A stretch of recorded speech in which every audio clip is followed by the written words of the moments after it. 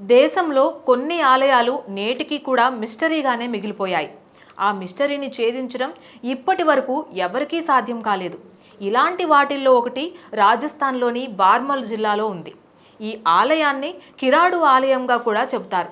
మరికొందరు ఈ ఆలయాన్నే రాజస్థాన్ ఖజరహో ఆలయం అని కూడా పిలుస్తారు.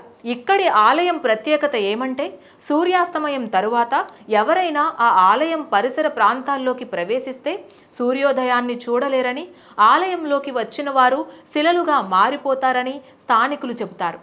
ఈ ఆలయాన్ని 1161లో నిర్మించినట్లుగా కథనం. మనుషులు శిలలుగా మారే సందర్భాన్ని పురస్కరించుకొని ఓ కథ ప్రచారంలో కూడా ఉంది.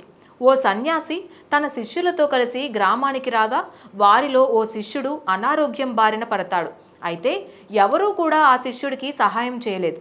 చివరకు ఓ మహిళ సహాయం చేయడంతో శిష్యుడు బతికి బయటపడినట్లుగా చెప్తారు. ఈ విషయం తెలుసుకున్న గురువు సూర్యాస్తమయం కాగానే అందరూ శిలలుగా మారిపోతాడని శపించాడు. సాయం చేసిన మహిళను గ్రామం వదిలి వెళ్ళాలని ఆదేశిస్తాడు. కానీ ఆమె వినకపోవడంతో ఆ మహిళ కూడా శిలగా మారిపోయినట్లు చెప్తారు.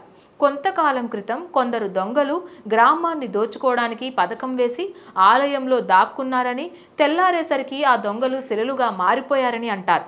సూర్యాస్తమయం కంటే ముందే ఆలయాన్ని సందర్శించుకొని తిరిగి వెళ్ళిపోతూ ఉంటారు.